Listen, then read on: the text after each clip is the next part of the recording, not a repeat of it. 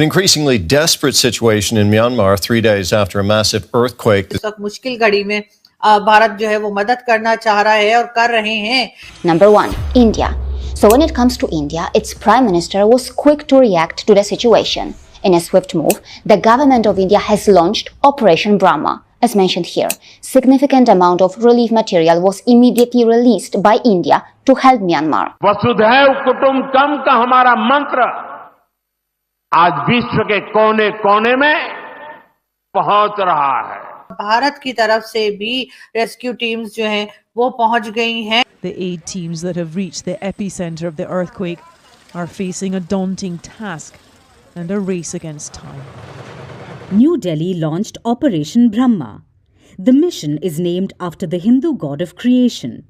The name carries a deeper meaning. Why Hindus have a better image than Muslims in the West? तो पहले तो मैं आपसे एक सवाल करना चाहती हूँ से भी जो है वो वहां से इमदाद यानी कि जो डोनेशंस थी या जो सामान था रेस्क्यू का सामान और उनके लोग डॉक्टर्स वगैरह जो हैं वो पहुंचना शुरू हो गए हैं। और इनका जो रेपुटेशन है कंपेयर टू अदर रिलीजियस, यानी अगर मेजॉरिटी में आप मुस्लिम्स को ले लीजिए तो वो पूरे वर्ल्ड में बहुत पॉजिटिव है। क्योंकि हम पहले भी देख चुके हैं कि जब अफगानिस्तान की बारी थी और अफगानिस्तान के लिए सामान भारत भेजना चाह रहा था तब भी पाकिस्तान की तरफ से कोई खास मदद नहीं की गई, जो कि एक अफसोसनाक बात। दरअसल बात यह है कि हमारे कुछ गलत पॉलिसियों की वजह से ये नफरत फैलाई हुई है। दोस्तों, क्या हाल है? आज हम बात करने वाले हैं एक बेहद गंभीर मुद्दे पर। आपने देखा होगा कि म्यांमार में हाल ही में 7.7 की तीव्रता का भूकंप आया था जिसने वहां तबाही मचा दी। सोचिए, अब तक 2000 से ज़्यादा लोगों की जान जा चुकी है। यह सच में दिल को चीर देने वाला है। लेकिन इस मुश्किल घड़ी में भारत ने एक बार फिर से मानवता का परिचय दिया है। ऑपरेशन ब्रह्मा के तहत भारतीय नौसेना के युद्धपोत INS सतपुड़ा और INS सावित्री ने म्यांमार के लिए 50 टन राहत सामग्री भेजी है। यकीन मानिए, ये राहत सामग्री उन लोगों के लिए बहुत मददगार साबित होगी जो इस भूकंप के कारण पीड़ित हैं।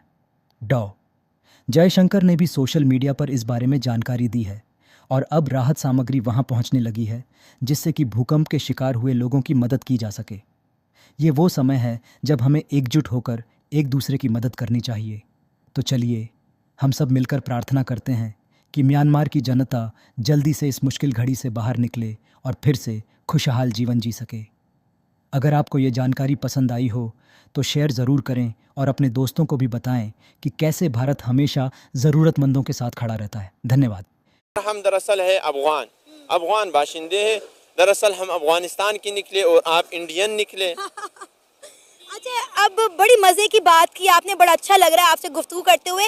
फिर इख्तलाफात किस चीज़ के हैं? जब आपसी लोगों में इतनी मोहब्बत है तो फिर क्यों इंडिया और पाकिस्तान और अफगानिस्तान की बन नहीं पा रही? अब देखिए कि इंडोनेशिया के हम प्रेसिडेंट की बात करें तो एक मुस्लिम ममालिक से उनका ताल्लुक है। उन्होंने बड़े फ़ख्र से ये बात की कि मैंने अपना DNA टेस्ट करवाया तो पता चला कि मेरा DNA जो है वो इंडियन है। लेकिन अक्सर पाकिस्तानी इस बात को एक्सेप्ट करने में जो है वो कबाहत फील करते हैं, गुस्सा भी कर जाते हैं जब इंडियन उन्हें ये बात कहते हैं कि भाई आप लोग अपने आबाओ अजदाद को उठा के देखें, पीछे से वो हिंदुस्तानी निकलेंगे।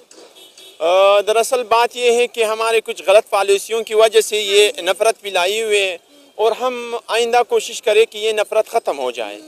बिल्कुल हम इंसान हैं, फिर हम बज़ाहिर ख़ुद में मुसलमान हों और वहाँ पर भी बहुत सारे मुसलमान होंगे। मुसलमान से हटकर हम इंसानियत के नाते पर किसी को भी बुरा भला नहीं कह सकते, क्योंकि इंसानियत जो सब कुछ है ना इंसानियत के तौर पर होती है। ये कुछ गलत पॉलिसियों की वजह से जो हमारे और उनके बीच कुछ इख्तिलाफात है, ये तनाज़ा है। Why Hindus have a better image than Muslims in the West? तो पहले तो मैं आपसे एक सवाल करना चाहती हूँ कि आपको क्या लगता है हिंदूज का बेटर इमेज है मुसलमानों से इन द वेस्ट, और अगर हाँ तो क्यों? Over to you and welcome. Thank you very much for inviting. Lubna ji, आपके क्वेश्चन बड़े अच्छे होते हैं और मुझे आपसे बात करने में मजा भी बहुत आता है। एक इंटेलेक्चुअल लेवल बन जाता है। ये वो लाहौरी गैंग वाला टॉपिक हमारे यहाँ नहीं चलता। अच्छा, आपका क्वेश्चन जो है इट्स वेरी ट्रिकी। मैं ये बोलूँगा कि जो हिंदूज हैं वो वर्ल्ड में एक्सेप्टेड क्यों है, मैं उसको थोड़ा सा टर्न आउट करूँगा। हिंदूज नहीं, आप इंडियंस कह सकते हैं। क्योंकि majority of Indians are Hindu, उसमें मुस्लिम भी आते हैं, बुद्ध भी आते हैं, जैन भी आते हैं, सिख भी आते हैं, सभी आते हैं। और इनका जो रेपुटेशन है कंपेयर टू अदर रिलीजियस, यानी अगर मेजॉरिटी में आप मुस्लिम्स को ले लीजिए तो वो पूरे वर्ल्ड में बहुत पॉजिटिव है और अच्छा माना जाता है। और ये मेरा एक्सपीरियंस भी है क्योंकि मैं भी सनातनी आदमी हूँ। हिंदू तो हमारी आइडेंटिटी है, हमारा लाइफस्टाइल है, लेकिन हमारा जो वे ऑफ वर्शिंग है वो सनातनी है। तो इसका मैं जवाब यस में बोलूँगा कि जो इंडियंस हैं with Sanatani background are very much respected and they are a part of every society. जी। एंड ऐसा क्यों है कि फिर भी के जैसे जैसे आपने बोला इंडियंस बोल सकते हैं, मगर तब भी मेरे नज़र में आई थिंक इंडियंस मुस्लिम भी होते हैं, मगर स्पेसिफिकली जो हिंदूज़ हैं, वो जब बाहर जाते हैं वेस्टर्न मुल्कों में, भले चलो इंडिया में मुसलमान भी हैं, सिख भी हैं और हिंदू भी हैं, मगर ये तीनों किस्म के लोग भले इंडियन हो, जो वो वेस्ट में जाते हैं, फिर भी जो हिंदूज़ हैं इनमें से, उनका फिर भी ज़्यादा बेटर इंप्रेशन है सिखों से भी एंड मुस्लिम्स से भी, स्पेशली मुसलमानों से। सर आपको ऐसा लगता क्यों है? बिकॉज़ मज़हब से फिर ताल्लुक होगा ना, बिकॉज़ सिर्फ मुल्क से ताल्लुक नहीं है।